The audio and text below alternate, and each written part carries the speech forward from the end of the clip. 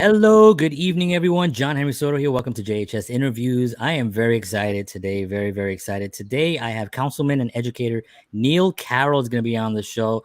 I'm really excited because I live in Bayonne, and he is our councilman for the first ward here in Bayonne, New Jersey. He's a great guy, and he's a friend, and I'm really grateful that he said yes to being on the show. Not only that, but he is my 50th guest on this show. I've made it to 50 shows so far on JHS Interviews. So I'm very excited to welcome him, ladies and gentlemen. Please welcome Neil Carroll. Hey. Councilman Neil Carroll. I apologize. Good to be here, man. I'm number 50. That's great. You're number 50. I know. I was like, it's so wild. It just flew by. 50 shows. Going well. Yeah, very, really grateful for that. So listen, first of all, I just want to thank you for doing this. I know that, during times like this, it's really difficult for anybody to say, yeah, I'm going to go on a show and talk and stuff. And, for you to do that, it just shows your character and shows what a great guy you are. And I really consider you a friend, and I appreciate it. So it's really great to have you here. Here in my own home. In your home. That's right. Good to be here. I appreciate that, man. Yeah, I appreciate it. So let me ask you, first of all, I guess this is the question I've been asking everybody when they first come on. How are you doing? I'm good. I'm healthy, thank God. The family's okay. That's kind of the first concern. We've all managed to stay pretty safe. Everybody's had to keep working. Yeah. My father's been working steadily through this. He was one of those key individuals that had to keep going in. I've been running around with the city, and we've been very, very lucky and blessed to get to this stage in good condition. So yeah, that's awesome. We're doing all right. Yeah. And I will actually go a little off the cuff on this, but I do want to actually just say thank you to you and the mayor and the whole team, because during this whole time, I think that the work that you guys have done has been incredible. Like, you've kept us safe, you kept us informed, with the paper, and even the paper is like consistently reporting like really, really useful information, and I'm just very grateful that I'm in this town and with you guys. So I just wanted to say that just right off the bat to man, I appreciate that. Look, not to sound self-serving, I want to praise a few other people, in the city, in the administration, and the public. So, the mayor really, he came to us, he talked to us about it, and we were all for it, but he took the bull by the horns, going on every day, doing a broadcast every day, putting it on social media, putting it online. And I think especially in crises like this, people appreciate seeing someone, but not only that, hearing someone. So like, to throw a little being a history teacher in there, when FDR was sitting by the, doing his fireside chats, it kept the nation together. Right. This is much smaller. I'm not claiming anybody's an FDR, but it helps. It helps to hear from your leaders. It helps, good or bad, as long as there's a steady voice and they're not trying to be divisive or anything. They're just giving you facts and saying, this is what we're doing. Here's what the next step is. Here's what we're going to do tomorrow. It's comforting. And it really the police and fire departments have done an excellent job. They've been responsible. I actually heard a fact today that our municipal departments have actually had lower numbers of COVID than others throughout the county and the state. Wow. And I think it's largely due to the chiefs and the people in charge, because they locked it down. They said, we're going to be out there, we're going to be helping everybody, but we're not going to be taking any chances ourselves, because if we're out of the game, then it really causes a problem. Exactly. We need them. We need those guys so desperately. Absolutely. So they've been doing excellent work. Yeah, it's such an incredible time for everybody. Growing up here, I got 2 young kids, so it's something that they're gonna hear about this when they get older. And we really just we've just really come together really fantastically, and I'm really grateful for that. So let's talk about a little bit about Neil Carroll, Councilman Neil Carroll. Okay. So you're originally from Bayonne, New Jersey, is that right? I am born and raised downtown Bayonne. I don't think my family's moved. My parents, they had different houses. I don't think we ever made it past 11th Street. I was trying to do the houses the other day, and I don't think we ever got past 11th. Wow, that's so cool. So what was that like growing up in Bayonne?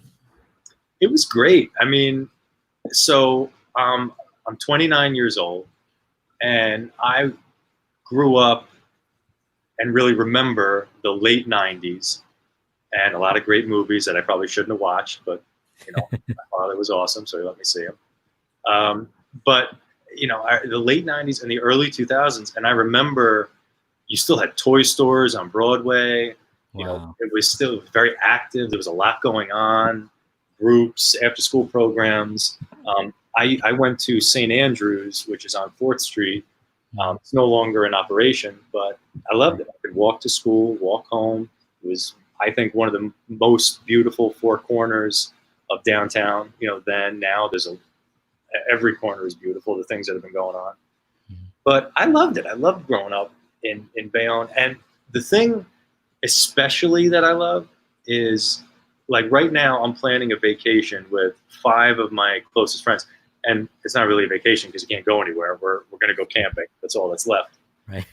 But with 5 guys that I grew up with, we were neighborhood guys, some different backgrounds, different schools, different things like that. But we stayed together. We were able to leave the house and say, "Well, where are you going?" "I'm going out. I'm going to see so and so. I'm going to see my buddy." And you could do that because they were only 5 blocks away. Wow. And it's Bayonne's a big city, but with a small town mentality. And when I was growing up, we really hit our stride, I think. And now it's coming back. There was a little period there where it got a little dark, and stores were closing and things were going on, and there wasn't a lot of activity in the community. But I think the last 6 years, hometown fairs back. You're hanging out again. You're hanging out with your buddies. I remember it was like 90. No, sorry, it was like 2004, and I could just go to the Bergen Point Festival. Like I could just that's where I was going, and it was okay because it was only 5 blocks away. So the parents were, this was just on the cusp of cell phones becoming a thing. Right. And it was awesome. So I like that we're bringing that back, because I think it's important you go out and do something, and you have a group that you're hanging out with, and socialize. Yeah, absolutely. And let's talk about that a little bit, because when I moved here, I've been here now 8 years in Bayonne. In April, it was 8 years. And, I grew up in the South Bronx, so, I had a lot of things that were, so for me to come here was like really fantastic, because to me, this was like I was living in the suburbs, right? But when I walked down Broadway, when I first got here, it didn't look, it was a little scary. I was seeing things that I grew up with, closed stores and things like that. And you're right. In the last like 5-6 years, it's really just done this incredible turnaround. The town is vibrant. I mean, the building, the development is, no matter what side you're on development is needed to bring in income, to bring in people so they can spend money, just the rational, logical things that it's needed. And it's just been really great, because we were a little nervous how long we were going to stay, but when I met, well, glad you stayed as long as you did, man. yeah, I'm really glad we did. And so it's been really great, and you now being part of it, of this next renaissance. What do being close to the mayor and talking to him, what's it like working with him on having to help with these kind of issues where they're not always popular, but knowing that they're the right thing to do for the city? I think we've got a good group in place to do exactly what you were just talking about. It's easy. The answer is it's easy to deal with the mayor, especially because his attitude, he has a vision, and he wants to see Bayonne be what it was like when he was younger. The portion that I remember when I was like really kind of young, and then, like I said, things changed a bit. So I sympathize with that idea, and I want to bring it back to that. But there's a lot of opposition is not the right word, but like you said, no matter what side you're on, there's an argument to be made. And many people have talked to me, and I agreed with some and disagreed with others. And I've said yes to things that I think make sense, and I've said no. My record shows that I don't think you should just put apartments anywhere. I think it has to make sense. Right. But not only that, it's about bringing jobs in too. So, recently we had a meeting, a council meeting, where we brought or we made it possible for a company to come in that's going to have about, I want to say about 500 to 1,000 construction jobs just to get it built. Wow. And then after that, they're projecting about 1,500 permanent jobs. That'll revolutionize the city. Wow. And and it's going down at the base, and I think it's great. I think it's a great opportunity. Did it come with a 30-year pilot? It did. And, and I don't mind talking about it because I don't think it's a dirty word. I think you have to be careful with them. You have to learn to say no sometimes. But for something like that, where it's going to so dramatically and positively impact the community, things like that, I think, are a no-brainer. But yeah, and it's no, I'm sorry. Go ahead. No, I was just going to say, and the administration, they have that mentality as well. They want to see good things. They want to see groups coming in. And, there are New Yorkers coming. There's people from other parts of the county, and there's Bayonne people that I know a few people that sold their home and moved into some of these buildings. Yeah, they're nice. Yeah, there's no more lawns to mow, nothing like that. Me, right. I went the other way. I bought a house. Right. Yeah, I'm the millennial that doesn't want to live in an apartment. I want to live. Right. There are a lot of New Yorkers actually coming in. I think that some of these places are really beautiful, and they just have all the amenities that you need, basically. So you start bringing in, like, I hear a lot about Maidenform, when Maidenform was a big thing, and like everyone used to work at Maidenform at one time or another, from just meeting a lot of people in real estate and just my travels here. But when you have a place like that generates so much jobs and taxes and all that stuff for the community, it really is so important. So putting something like that here is really, I think you're right. I think it will change Bayonne, and and it's already changing. Absolutely. And I'll tell you, those people that are coming in are reaching out. So, I've gotten phone calls, and I do my best to get my phone number out. Anybody that wants it, I have a cell phone that they call, and through the office. But they have been reaching out, new people to the city, and they all want to get involved in programs and things, and they all have ideas like, why can't we do this? Why can't we do that? And I'm happy to. I say, yeah, why can't we? Right. And my thing, and it's one of the reasons why I got into this, is we can do it. I just need a point person. Will you manage it? Will you spearhead it? Will you start it? Right. Most of them they're like, well, I'm a little new, but I'm interested. Let me call you back in a week. A lot of them have gotten involved, and I think that's great. I think I think there's an ear for what you say. Everybody wants to hear what you have to say, and there's definitely that attitude in Bayonne ramping up. Yeah, that people that are willing to get involved, they're going to find a home. Yeah. I would, not to interrupt you, but like when all this happened with COVID, there's 4 people. 2 of them are friends of mine, 2 teachers, that the moment it happened, they turned their living rooms into a sewing shop, and they started making masks. And it was like, they got donations of material, and that's all they asked for. They said, would you take the mask, promote the fact that we're doing it, and ask people to donate material, and we'll keep giving it out. Right. That's the kind of thing I mean. That's the kind of people you have in town. Yeah, I love that. So let me just take a couple people are making some Namaste, dearest John and Councilman Carroll. Thank you very much. This is Carolyn from Bayonne Yoga. Cool. And of course, we got the man. All right. And Sean says he loves the homecoming fair. And in Bergen Point, bringing the community together to celebrate our small businesses and listen to music. Yep. Sean Manuel, musician in town. Cool. Plugging it. So I have a question here from Adam. Yeah. New Jersey supplies free cigarette receptacles and pays for cigarette buzz. Is that a program? I mean, I don't. I've never smoked a cigarette, so I don't. You know what? I'm right with you. Never in my life. Yeah. Yeah. But that is something, I guess, that you can look into as a program. Someone hit me with an interesting one the other day, because it was a lot of like kerfuffle about making the transition from plastic back to paper. But even like, and they were so, oh, well, the paper bags are going to rip. They're going to. But I'm the young, like, I'm 29. I remember being asked paper or plastic. It wasn't that long ago. No, it wasn't that long ago. It's not like we have to change our whole way of being. Right. This was a short time ago where it was still an option. Right. But someone said, you know, that they're all for it. What can we do with plastic bags? And I'm working with a couple people to try and get a reclamation bin, like center somewhere, so we can promote it and say, if you've got them in your house and you don't want them, bring them here and we'll recycle them appropriately. Okay, You know? because there is ways to do that. Yeah, you can yeah. recycle. I think my wife actually takes them back to I think ShopRite takes them back or does something with them if you have them. So She's got to join the team then. I need help. There you go. Text her. I'm not telling her. Okay, fair enough.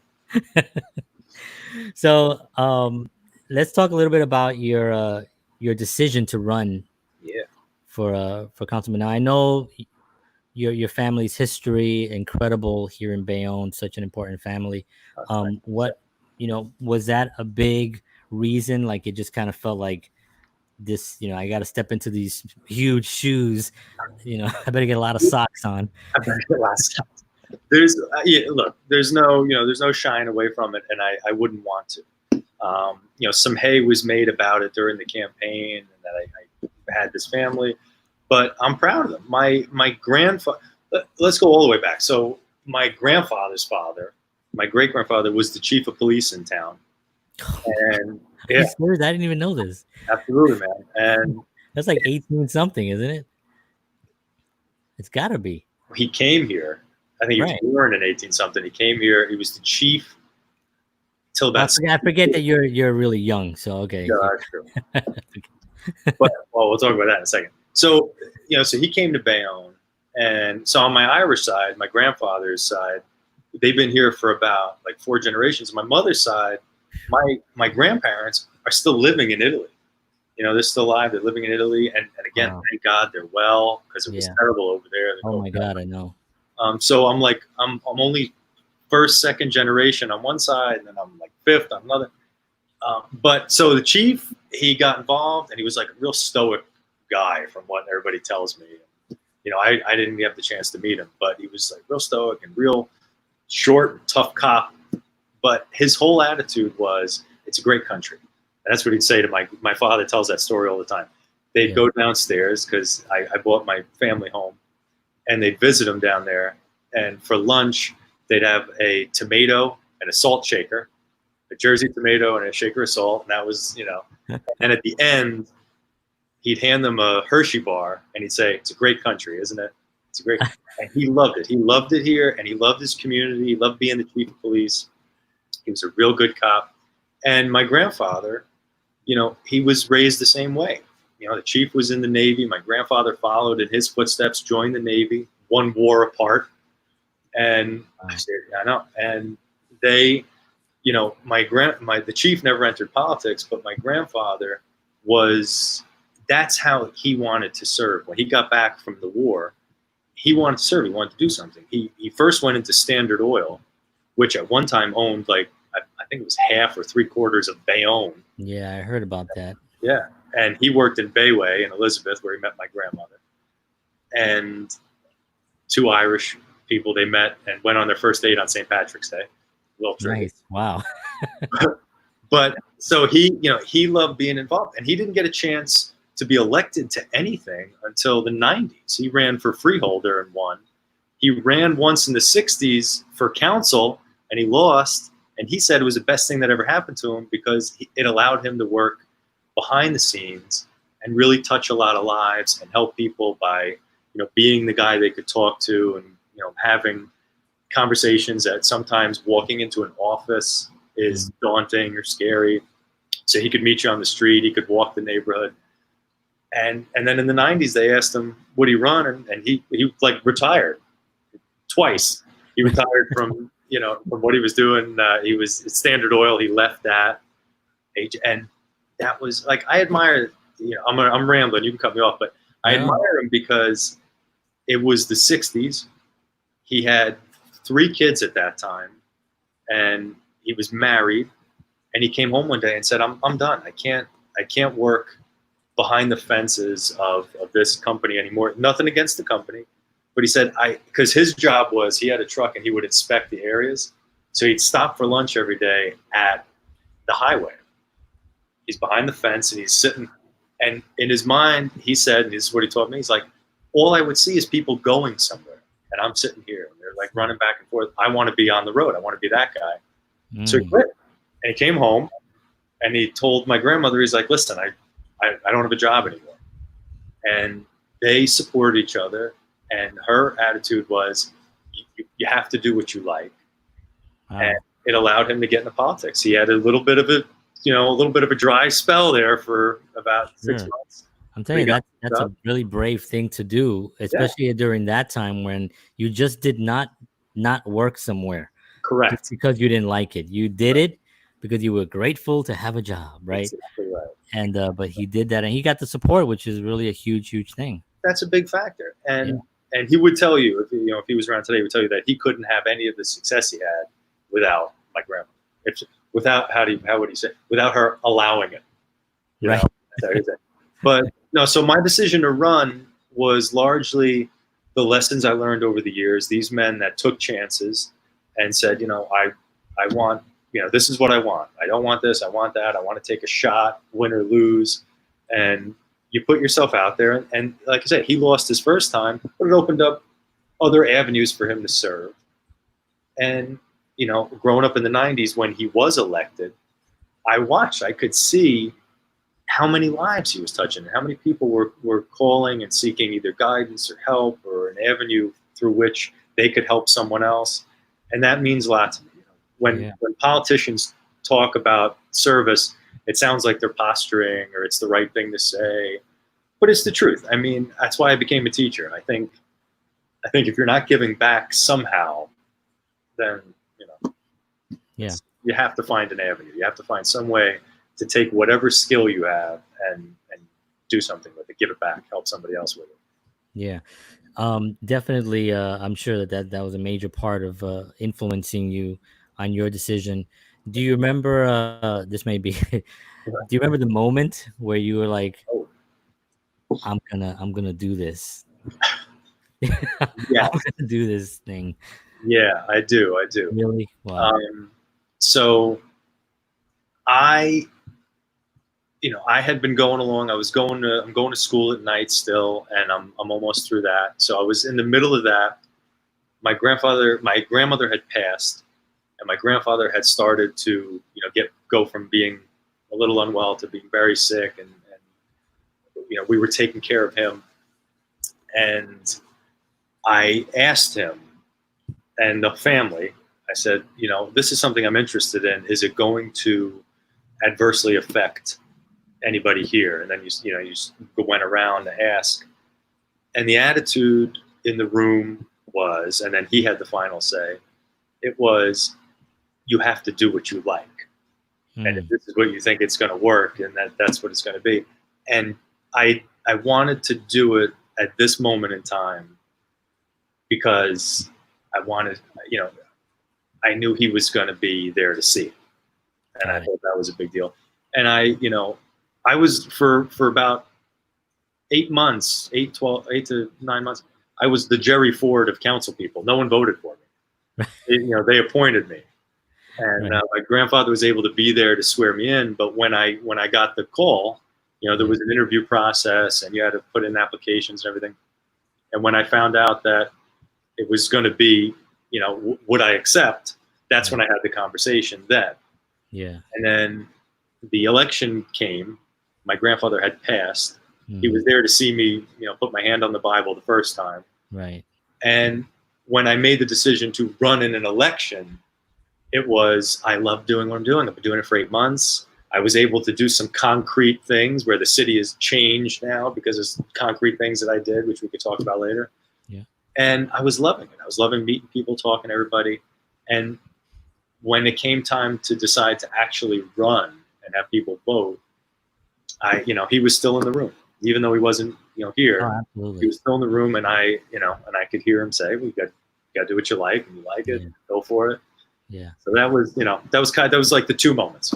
Yeah. So I mean, it's got to be very emotional, especially when you get up there. And I have like the best of so many worlds because I'm front camera guy. I do films and all this stuff, and I'm also behind the scenes a lot at some of these events. And I was uh, fortunate enough that I was able to see a lot of the events of you running and carrying yourself, and amongst some tough things that were happening at the time, comments and things like that. Sure.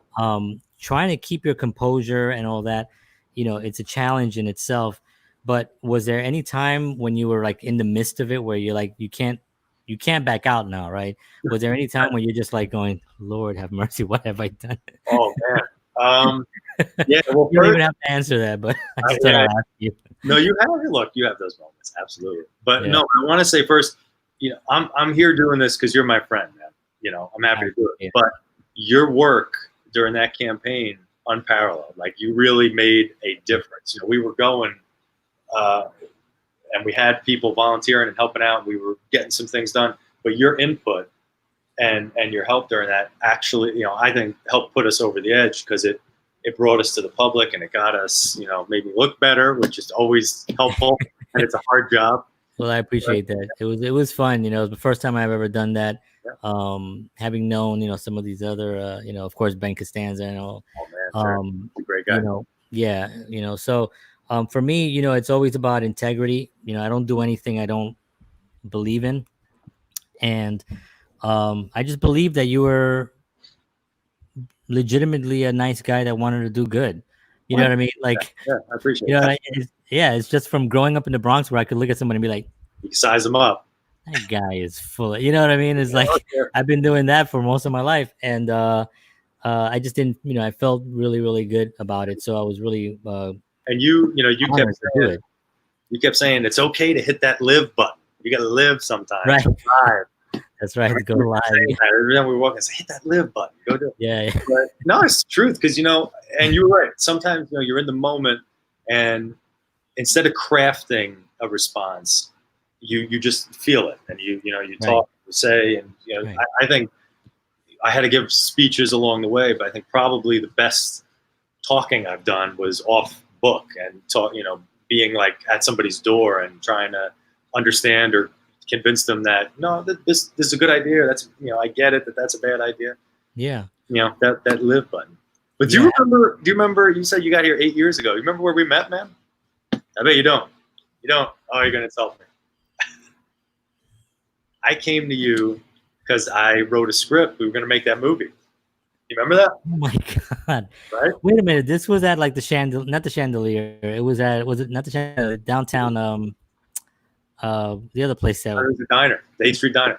That's where it was. That's. And we studied. That's right. That's right. I'm sorry about that. I knew your talent from the beginning.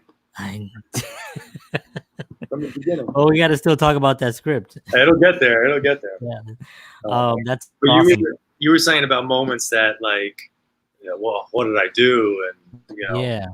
Oh boy, there were a few. I mean, like you said, there were some things that got said, but I was happy and proud to work with guys like you, who wasn't about negativity. And you can vouch for this. There were people that were like, I can't believe he's saying this. Don't you want to respond to that? Don't you want to say this?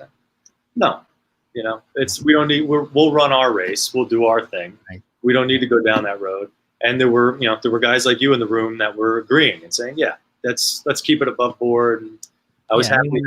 Guys like Ben, good, just a decent human being. It's like, no, we'll do our thing. Yeah, I mean, you have to, because if you jump in the mud, you're just gonna get dirty. You know what I mean? It's just like, so I was just like, nah, don't even bother with it. And a lot of it was just nonsense. So that even made it easier to just be like, you know what I mean? But there's a moment that no one asks you about, and it's the moment of calm, because it's whatever's going to happen is going to happen, and it's like it happens about 45 minutes before the polls close. It's the truth. You're all day. You're panicked and you're running and you're shaking hands. Who didn't I see? And how can I get 3 more votes somewhere out there in the world? But 45 minutes before the polls close, you want to win and you're nervous, but it's like that's it. You ran the race. You did the best you could. Everything is done. Now there was no one left to meet. You've done it. Yeah. Right. So And I remember though that day, and it was, and I've been there before for other campaigns and yeah, stuff in town, but I was never as nervous as this one because I first of all I knew the content that we were putting out was crushing it, like, yeah, and I couldn't even make I didn't even know why, even though like I know why, but yeah, I was right. saying, like I know why, but I was like, wow, this is really effective because I was kind of Yeah, just taking a different approach than you normally see. Like I didn't want to take an ad like that you can put in 1985 and then bring to today and it's the same thing. I just didn't want to do that, so I wanted to do almost like mini films for you. yeah, I remember. Right. Yeah. Which That was my, yeah, and I think it really worked. I mean, I know it really worked because it worked. so so that to me was like really interesting to do. So okay, so now it happens, the numbers are in, right. you win, I'm there. At that point now it's just chaos because everybody wants to talk to you. Sure. You're getting phone calls, and I mean, I can't even imagine the few days after that, your phone is just, your Blowing up. email, everything is just going nuts. What that night when you got home, what was that like? It's. I mean, you're still hyped up on adrenaline, and it was a late night. Yeah. We were out a little while, celebrating, but I remember getting home and like when I finally decompressed and was like laying down, there was a moment of like, Yeah. like now it's real now. Now it's gonna start. This is it's people put you there. And now That's you gotta work. on you. Yeah. It's like Yeah. really, I hope that everybody feels this. That notion of like someone gave you this job. Several people voted, that they had confidence that you could do this. Right. And that was what I was thinking about that night when I got home. That's They, very interesting, and that's very just shows your character again. Thinking about those people that put you there, very very cool. So let's talk a little bit about afterwards. Some of the things that you tackled, and um, what was something that you remember that you were saying, okay, I have to kind of get involved in this, and this is something that I'm really so gonna tackle. the first thing that I wanted to do was something I came up with in about 2007. Wow. And I was like, why haven't they done this? So if you go to the shore, most Jersey Shore towns, it's long stretches of highways, like 71 and 35 and 34, 36. So you're on these long stretches where there's a light every 500 yards. Right. And you're going through towns. So like 35 will take you through Red Bank and Hazlitt and all that. And I remember driving down there, and you go with your buddies and you go with your family, and it's dark at night. But all these towns, most of these towns had the reflective striping on their stop signs and on their, the red ones for stop, the yellow ones for the pedestrian crossings. And people are sick of hearing me talk about it, but I'm incredibly proud of it. Because in 2007, I remember like you had these student ambassadors, and you'd go to City Hall and talk. And I remember bringing it up and talking to other people. And I knew politicians, my grandfather's in the business and all that. And he liked the idea. I was like, well, why isn't anybody doing it? What could it cost? Why? Let's do it. It's a 3-mile town. So, I will admit when I came on, I put that at the head of my list. There was people were calling with issues, and it started immediately. Right. But I really wanted to get this thing done, and I think I got it done in like 3.5 months of taking office, and it was, and that helped me learn the ropes because I had to learn the bureaucracy. I had to learn, okay, well, we got to talk to this department and that department, and I know it's stop signs, so we got to talk to traffic, we got to talk to DPW, someone's got to put it up, and all that stuff. So I was really proud of that. And then since then, I've taken traffic safety as a big part of what I want to do, and I think I've added about 4 more slow children at play signs in the street that were never there before. We got 2 stop signs up that had never been there before. I'm working on more. Every block wants a speed bump. And, Yeah, I think I get it. you were on that list once. Exactly. And I get it. And I think that one it happened further up or something, but Yeah. I understand it. I get it. Over the years, I live on a corner, and I remember growing up, and one day somebody landed in my front lawn. Oh my And God. had we not had a tree, they would have landed in the living room. Holy cow. Yeah. I mean, it can be bad, but Yeah. we've got to triage these areas. You have to do the traffic studies. You have to, fit into their criteria, the people doing the studies. Yeah. And then at the end of all that, then you get to me where I'm going to go advocate. So they're saying, well, I don't know. Do we really need it? It fits 3, but not 5 of the criteria. And then I'll go in and I'll say, yeah, we need it, and make my argument. So I'm really happy to do that. And there's a few other things that started this summer, only 3 weeks ago, which was litter. I was going to ask you about that, the litter elimination. Absolutely. I'm calling it the Clean Sweeps Initiative. Okay. Before we go there, I wanted to ask you just another traffic thing on the 440. Yes. It's like it's like treacherous. Yes. I remember living in Queens, and the Queensboro, Queens Boulevard in Queens is like the longest boulevard in like anywhere. It's like really, really long, and it's just a very, very dangerous place.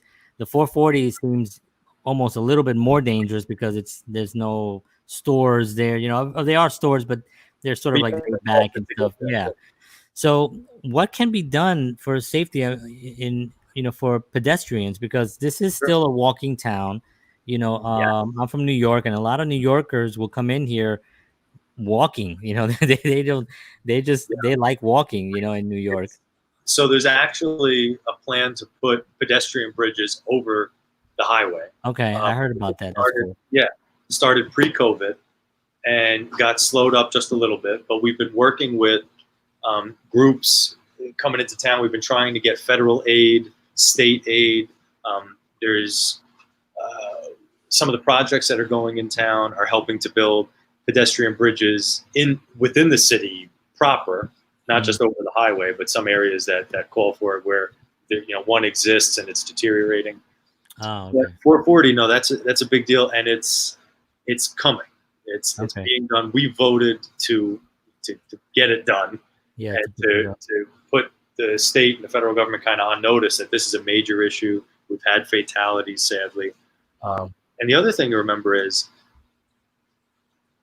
for a while, it really was just a service road. So for years, like we had a business and we had security at some of the warehouses. It was just all warehousing over there. And I remember having to drive down those roads. But the first real action over there was the movie theater, Houlihan's, that area. And I used to work there. So when I couldn't get a ride, I walked up and over that bridge on it, from Avenue A to heading that way. And you have to then cross the highway. Yeah. And I remember what it was like. But they're coming, and we're going to try and put them in areas where, you can access the main shopping districts, or you can access a road that is safe to get you where you need to be. You can access the sidewalk, etc. Yeah, and with the Costco back there and a lot of other things coming up there, it's a good idea. So that's cool. I'm happy about that. So litter elimination. I have no idea what that means. What that means? Well, I'm glad you asked. I just throw my trash away and somebody comes and picks it up. He takes it.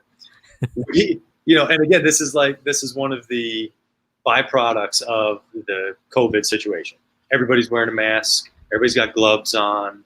You're going to the store, and most people are taking the gloves off right outside the car and then driving away. And the city, we've asked them to please stop doing that. We've asked the stores to do their best to clean up their area, and and the citizens were imploring them to understand that that's a danger, leaving that stuff out there. And then there's regular litter that was always around. So what I did was, again, in the spirit of trying to get citizens involved, I reached out to Boy Scout troops and Girl Scout troops now out of Trinity Church downtown, and they were very, very helpful. So I said, listen, here's my idea. People call me as the councilman and they say, this block is the worst in town and it's got all the garbage on it. And we, blew out from garbage night last night. What are you going to do about it? And I make a list. And when the Boy Scouts and the Girl Scouts go out, they'll call and say, where are the complaints coming from? Or where's the problem? And I'll say, well, I got a lot of calls from this street, or I think we should hit that one, or I didn't get any complaints this week, but here's an area where we haven't hit yet. So I got a bunch of material together and donated to them, and they've been going out, once a week for a couple hours, and it's service for them. They're helping their community. Right. I was going to say it helps them too, because they need that to get their badges and absolutely. And it'd be nice if other groups wanted to do it. Now, I would certainly be willing to help them get started or buy materials. But that was the hope. The hope was that people would see this and you get some press and people would read it or view it, click on it, and then say, oh, I've got an organization, or I've got a group that we can do, or I've got 5 friends. We can go out and do our block today. Sure. So I'm excited about that. There's going to be a second wave. That's a little bit of a secret. I don't want to announce it yet, but it's coming, I think, next week or in the next 2 weeks. And it's the second stage of the Clean Sweeps initiative. Okay. So you said second wave. I was like, wait, what? Oh, no. Yeah, that's right. Nowadays, don't use that language. That's I was like, how do you know this? Yeah. So let me ask you, this is going to be a little bit of a weird question, but like when you have such a great idea for your, for the first ward, is that something that can trickle over to like the second and the third? Like, do you guys sit together and say, maybe you should do this too? Or, sometimes you get like excited and want to do the thing, get it off the ground and make sure that it's going to work. Right. But yeah, absolutely. Talk to council colleagues and, when everybody gets a chance to get together, because we're not all allowed to be in the same room at one time. You can talk about a few things. Right. But, I try to meet with them individually and work these things out. Say, look, are there Boy Scout groups in second ward, third ward? Where can we expand this? Where can we take it? But the groups have to be willing to do it too. So it's no reflection on, on the leader in that community. It's just that you have to have the group willing and you have to want to go out and do it. But, I've been talking with the scouts, trying to get them to talk to their troop brothers and sisters in different areas. Yeah. But there were other things other than this litter situation where we've gotten together on and we've worked together, like the food bank that's now being put out there. There was and is a great group, Hunger Free Bayonne. Now they've changed to Hunger Free because they got so successful that they're actually taking it to other communities that need it. And they were downtown for the longest time. And when COVID happened, there was a increase in the amount of need. So we stepped in to try and fill the need gap. And it's been working. In fact, tomorrow at 12 o'clock at 16th Street Park, there's going to be the food bank handing out food. So I'm very proud of work like that. Whenever it shouldn't take a crisis, but crises bring out sometimes the best in people and will out. And some of these things will survive after it's all over. Hopefully it ends soon. And some of these will go by the wayside. But so far, everybody's doing a real good job. That's great. Now, I wanted to mention there was because I think, I'm a social media guy, and I always think that if you put something together, an initiative of some type, and you had somebody spearheading it, a leader of some type. I remember, I think it was called Beautify Bayonne, or was a while ago, right? Yep. And I thought that was a great idea because I think they just took blocks and people in the community would just come together on one day a week, go down the block, pick up whatever, throw it away, and now they were done. Something like that might be a good overall Bayonne kind of thing where people can actually sign up for meetings at night. Obviously, the whole thing about anything is that somebody has to say, I'm the responsible one. Right. I'm the point person for this block. I'm the point person for this district. And you know what I mean? And that's where it gets a little because people are busy, people, especially now. It's But there's been a change. Like we were talking about, old Bayonne and my family and all that. There's a marked difference because back then you had to go out to socialize.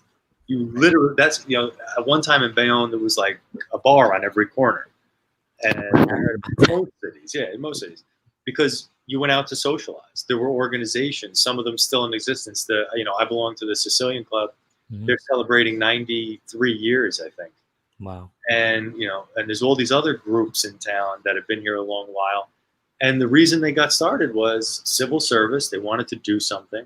They wanted to have a meeting place, and you had to leave your house. You had to go out and find a pool table somewhere, find a group of people to talk to.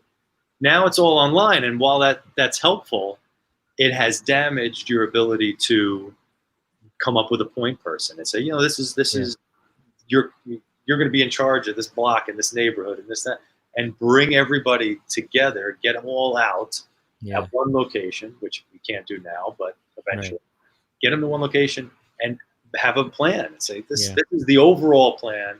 How do we get there? And for stuff like that, for me, the reason that this is my own personal opinion. The reason I don't think it works a lot of the times is because it's boring, and I don't think people make it fun. You have to kind of make it fun. Bring a guitar, bring a maraca. No, I'm serious. Bring a guitar, bring a maraca. Let's walk down the street. Let's sing some songs and pick up garbage, and let's meet people. Let's make it fun. Let's make it something exciting. That it's not like people. I got to go pick up trash. It's not. You know what I mean? It's something that I think is important. Let me just take a few questions here. I think let me see something that I think would apply to some of the stuff. Let me see. Okay, we're talking about the golf course. I don't know much about what's happening with our golf course, but the Bayonne golf course encapsulates drenched trails, contain many chemicals. So I don't know anything about that. I have to check into the lifespan. I see he's asking about the lifespan of what they put there. Yeah. But there are some nature preserves off to the side on that walkway that you're looking at. So I'd have to check into that.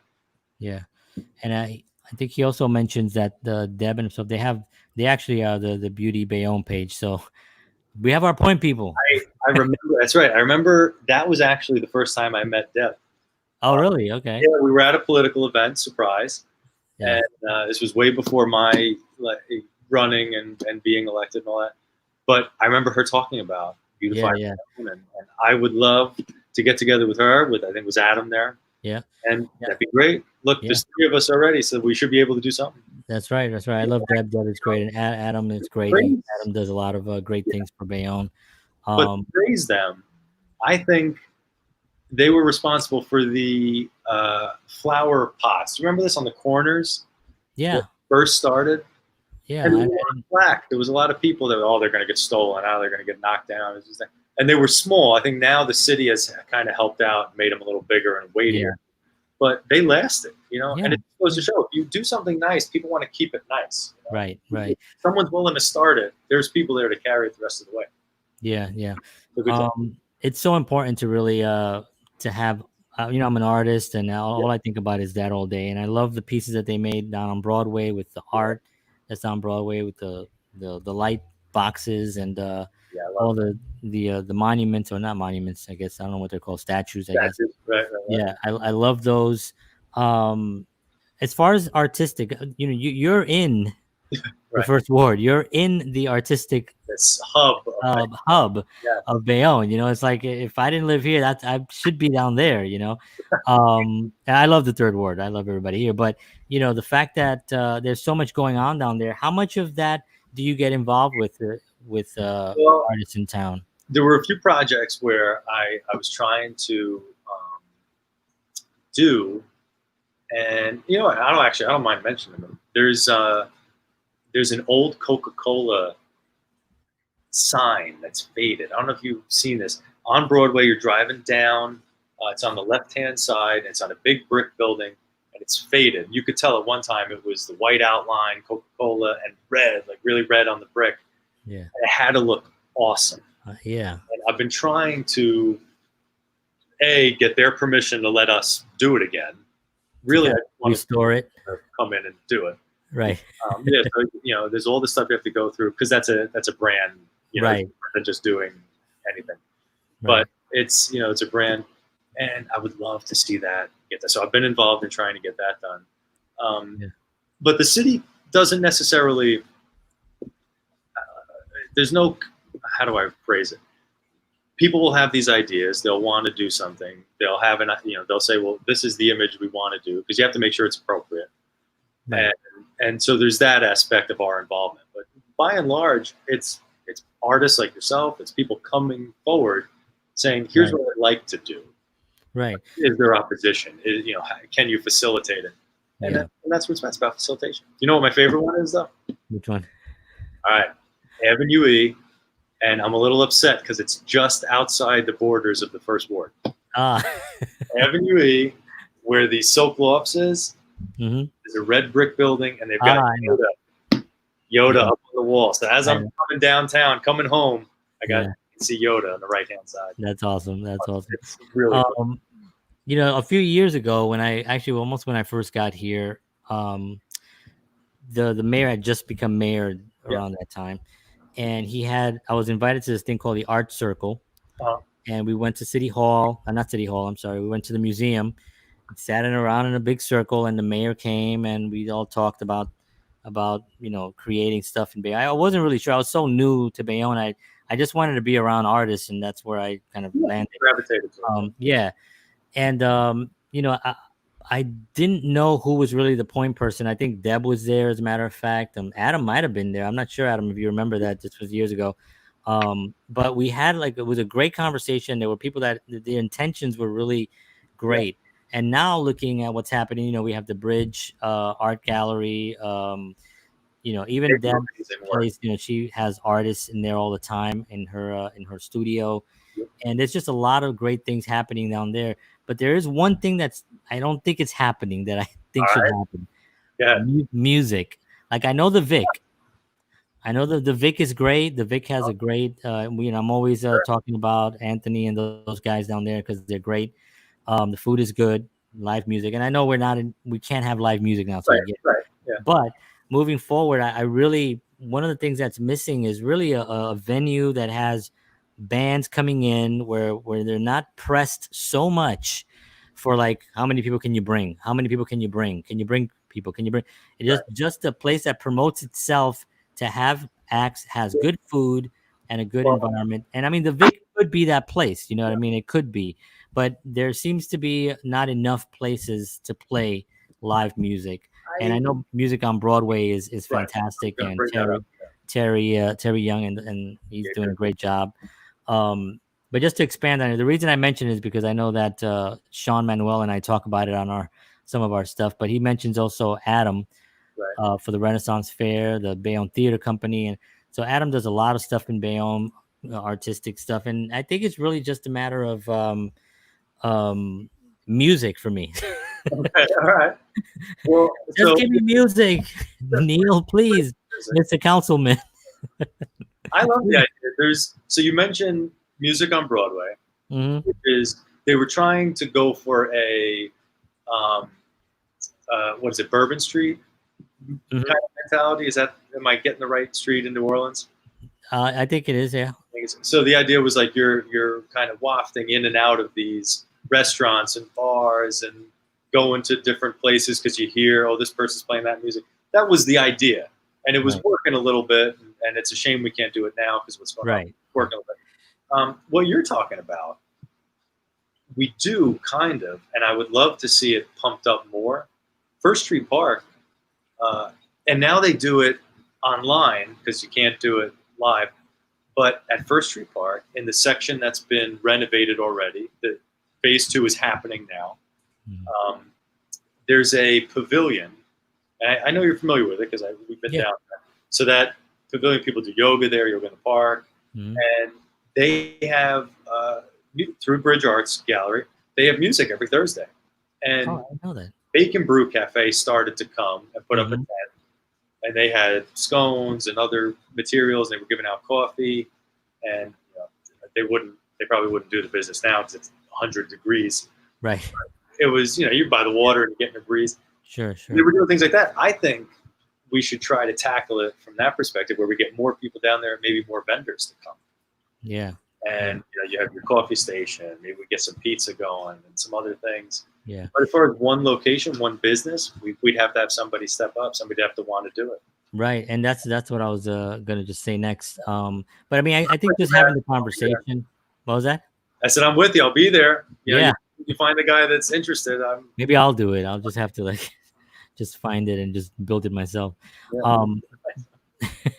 But I do appreciate the conversation because it is something that I know that every single town that has boomed, if you go to New York and you go to Williamsburg and you go to Hoboken, has been with these live venues where, just like you said, you go down the block and you run into different places. There's a blues band playing there, a jazz band over here, and those and another reason I say it is because all these people coming from New York, they're familiar with it. They're gonna need entertainment. If you want to keep them here, then because then they're just gonna go to New York and then come home here, spend their money out there. It's like, so and I did speak in City Hall about this a little bit, on making sure that there's enough for them to do, so they would want to actually stay here. So I think that's actually important. And and like you said, in 6 years, thanks, Adam. Sorry. Get the museum where you try something. Let's talk, Adam, for sure. No, but so we're talking about the art and now music and painting the boxes and all the stuff that's gone up, Yoda on the big wall. Yeah. But think about the last 30 years, and you're driving past the same electric box, same wall that had nothing on it. Right. People complained about the painting of Chuck Wepner, but I was like, that's cool. Bayonne. It wasn't proportionate to his head, but whatever. It's a little odd, but he's a good guy. Yeah, he is a good guy. But in 6 years, so you've revolutionized a culture, and you've helped to create a culture and bring back the culture that you used to have. Yeah, and I think that's pretty impressive to go from taking what you had for 30 years and then in 6 years to make this jump. Yeah. I think if we put our our shoulders to the wheel, we'll get there. We'll get to the music. And it really is. I mean, it's taken. I'm just pushing it along just because that's what I wanted to do. But I see it moving forward. There's on 16th Street Park. Yeah, sure. Every year. Yeah, I love that. And I would love to get that crowd on First Street when they do these things on Thursday. But you got like really big, sometimes headliners that come and are at that pavilion at 16th Street again in the first ward, the hub of like you said. Right. I don't want to get in trouble by saying it. You said it. But so you have these great things, and those crowds are amazing. I wish wish we could go back to doing it. We're currently, you asked, like, what are we doing now to facilitate it, or how does it work? We're trying to figure out a way to do it in August as safely as possible. And if we can't find a way, then we won't do it. But trying to get it done as safely as possible, to put a crowd back together to hear music live at the Bay, because it was beautiful. Everybody was just hanging out. There was no politics. There was no. You weren't talking religion or government. You just were enjoying each other's company. Yeah. And the music. Yeah, I love it, and I think it's a really amazing job that you guys are doing. So we're heading up to an hour already, believe it or not. Yeah, and so I wanted to kind of just wrap up with like what you guys are actually, what's the conversation like moving forward for you guys? I know there's a lot of hope for the future for all of us. What's that? What are you really looking towards right now when you guys get together and stuff? Do you mean with respect to the mayor and the whole team? Our elected officials. Well, so let's start with the crisis. Let's start with COVID. Mm-hmm. So when we get together, the number one priority is safety. Following suit with making sure that we're in line with what's coming down from the federal government and the state, because not every state is doing the same thing, which you're aware of. But we've been so lucky in the city to get our numbers down, through the floor.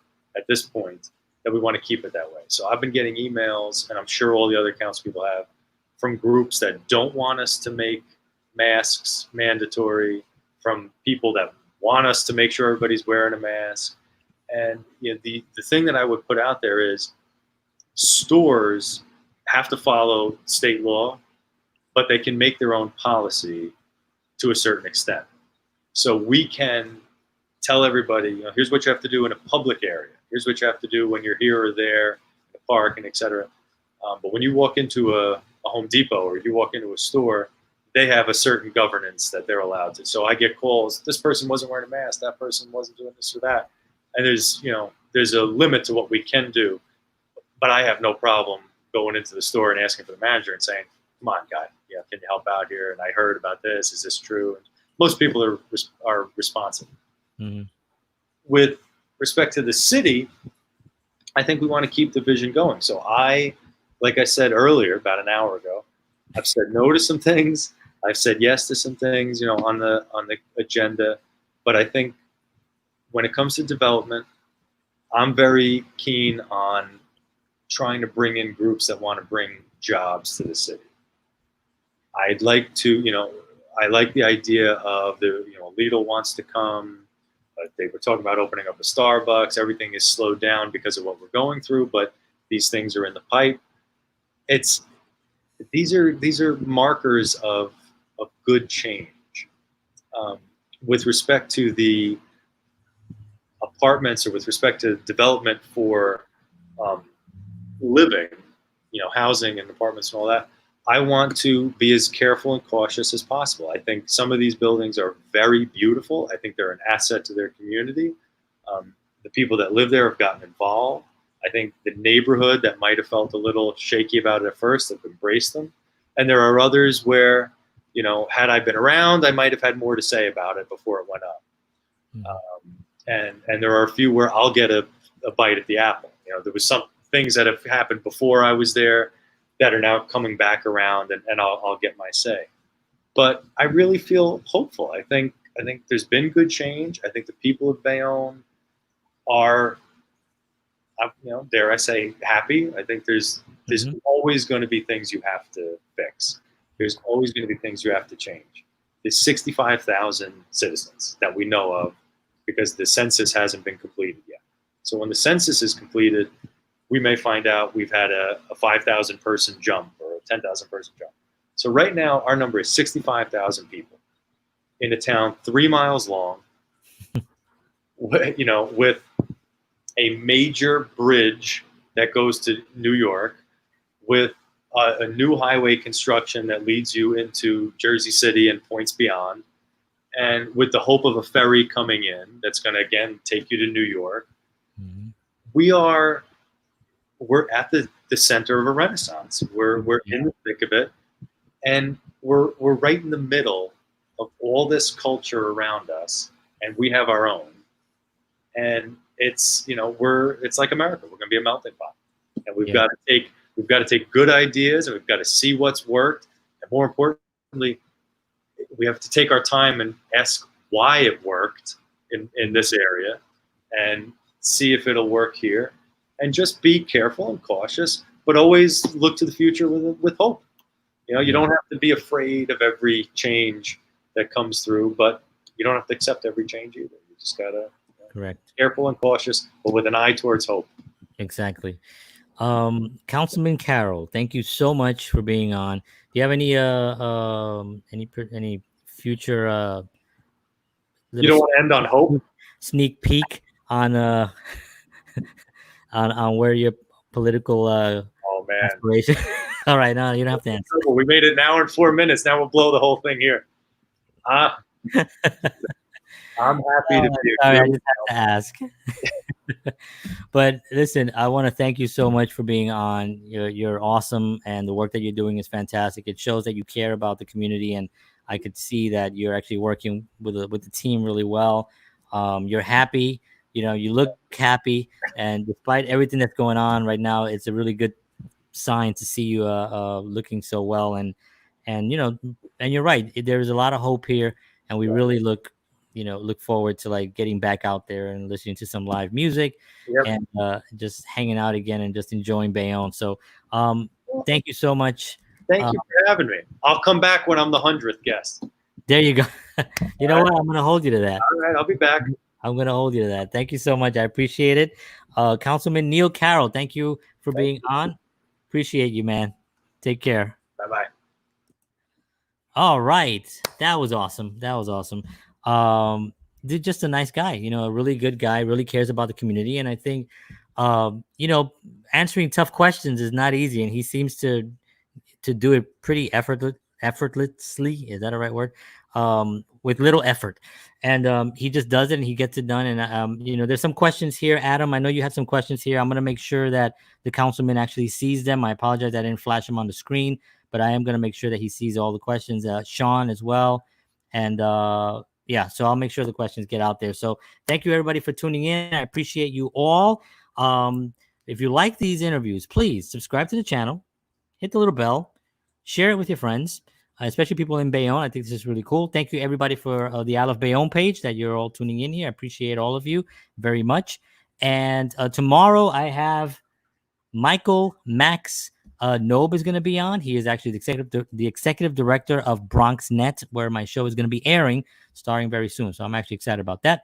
And we'll talk about a whole bunch of other stuff. So thank you, everybody, for tuning in. I'll appreciate it very much.